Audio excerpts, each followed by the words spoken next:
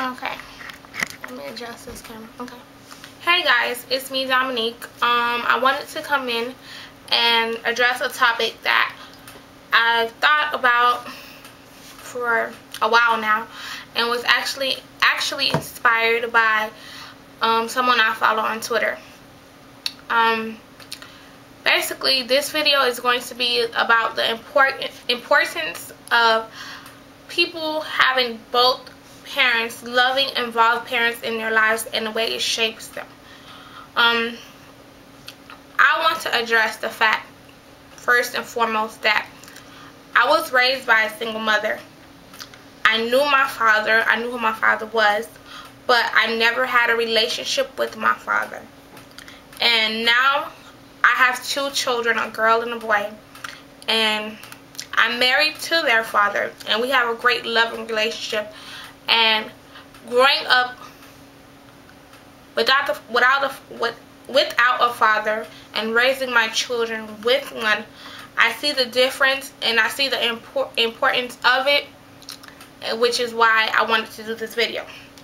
So first, for anybody that is watching this video, you're probably surprised that I'm even mentioning Passport Cuddy in this video, if you know who Passport Cuddy is. If not, I guess you can go Google her. If you have a Twitter, check out her timeline. Now, Passport Cuddy considers herself the hoe coach. Granted, a lot of stuff that Passport Cuddy says is kind of outlandish, but she makes great points in the midst of her outlandishness if you're paying attention to the deeper stuff that she's saying versus the surface level stuff. And if anybody watching knows who Passport Cuddy is, she has a tendency to go in on baby mamas, but I think those stem from her personal experiences and personal issues with the baby mamas, because she doesn't have any children herself. So one time, she brought up a topic about when she has kids, she doesn't want to be a single mom, and how, you know, yada yada yada, kids just going in. And one of the ladies that followed her basically said, "Oh, F my baby daddy, I don't need my baby daddy, I got this. And I got my child financially, I got my child emotionally, my child doesn't need a father because I'm mom and dad." First and foremost, I want to state this. You cannot be both to a child. You cannot be mother and father to a child. You can be a damn good mother. You can be a great mother, but you can't be a mother and a father to a child. You cannot teach your daughter what a man can teach her. You can't teach your son what a man should teach him. So, let's get that out the way now. You could be a very good mother, but you can't be both. And the funny thing is about it, you always hear women say, "I'm both the mother and the father," but you never hear single dads say, "I'm the mother and the father." No, you just hear single dads say, "I'm the father. My child doesn't have a mother. I'm just raising my child." You never hear them say, "Oh, I'm the mother and the father." You never hear that, because they know at the end of the day they cannot teach their child what a woman is supposed to teach their child, whether it be a male or female child. Now, I'm saying this because I was raised by a single mother. My mom had two children. I'm the oldest, I'm the girl, and my little brother. He's about 4 years younger than me. My mom was a very good single independent mother. She was a great single independent mother. She raised us. She gave us basically everything we wanted, everything we need, and most of our wants. Now, growing up, being raised in a single parent household was the norm for me. I didn't really grow up seeing any married couples or successful relationships. I always seen the women around me dating, being and raising their children by themselves, and some of the children had relationships with their fathers and some of them did. And when I got with my husband, when I got pregnant, no, let me back up there. Prior to getting with my husband, I always used to say, if I have children, it was like, because me growing up, what I saw, it was never in my mind that when I have children, I will be raising my children with a man. My thing in my head was, oh, I'll be this successful career woman with one child, and that'll be it. That's the life for me. I'll be successful, I have my career, and then I have my child, and I'll be raising my child by myself, because more than likely I won't be raising my child with a father. Like, that was always the thought in my head. I never even thought about the possibility of raising my children in a two-parent home. So this is when I was way younger.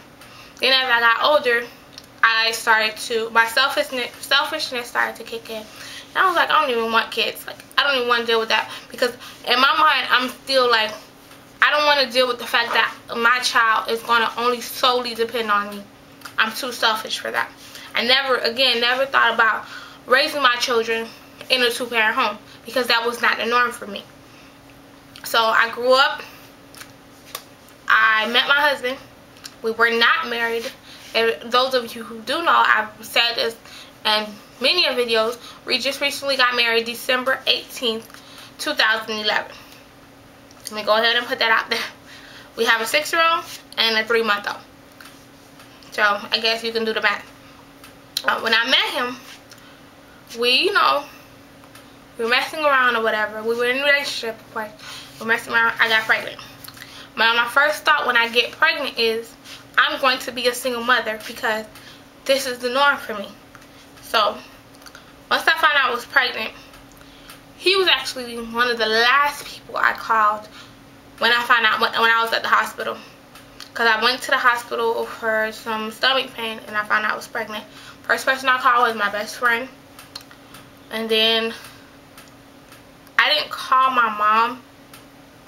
My brother, who was at the hospital with me, called my mom and let my mom know. So the second person I knew was my mom. The last person to know was my husband. And when I talked to him, my first initial reaction, my first words to him were, I'm pregnant and I'm keeping my baby. So there wasn't even no conversation about what you're going to do. I put it out there. I'm pregnant. I'm keeping my baby. He was like, okay. Well, I wasn't trying to tell you, not to do nothing else. I said, okay. I said, well, I don't know if you want kids now. I don't know what you want to do, but I'm having my baby and I'm going to raise my child. Now, you can decide if you're going to be in my child's life. If you decide you don't want to be in my child's life, that's fine. But as long as you know, once you decide you don't want to be in my child's life, you're dead to my child. Like, you can't come back 5 years later and say, oh, I want to be a father now. Which, in hindsight, I realized even me saying that was wrong, because just because I was ready to have a child, he may not have been ready to have a child. And why should I block the relationship with his son because of how I felt it should have went down? But yeah, that was my first initial reaction to him, because we were going to be baby daddy and baby mama. And the response he gave me was different than what I expected. Because my husband did not grow up with his biological parents. His grandma raised him, and then he had godparents later on in his life, in his teenage years, that kind of raised him as well. So he grew up with neither biological parent, and I grew up without a father. And what he told me was, I want to raise our child together, which was very new to me. And I was still skeptical about this, because, like I said, this is not something I was used to. So time went on. We went through our issues, of course. You guys know we had an issue right after my son was born, whatever. And all this time, because of my fatherless issues, I always felt that this man would not stick around. He would not stick around for me, and he would not stick around for our child. But as time went on, I started to realize how important it was for him to be in our child's life, regardless of if we were going to be together or not. Because I've grown up around and seen so many fatherless homes or part-time fathers, and then watching my husband being so involved with my son, I saw the difference. And I was like, regardless of what we go through, regardless of any situation we have in our relationship, he always has to be a father. Like, I'm going to always allow him to be a father, because my son's relationship with him is so much more important than everything else.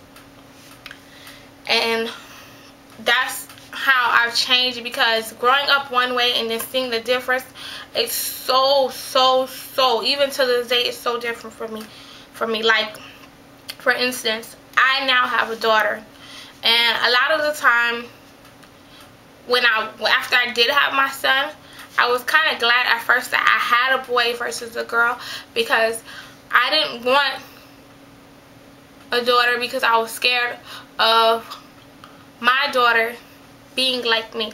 Now, not to say I'm a bad person, not to say I'm the most outrageous person. I just didn't want my daughter to experience the stuff that I experienced and do the things that I did because of a lack of a guidance from a man. And I'm not saying like I made the worst decision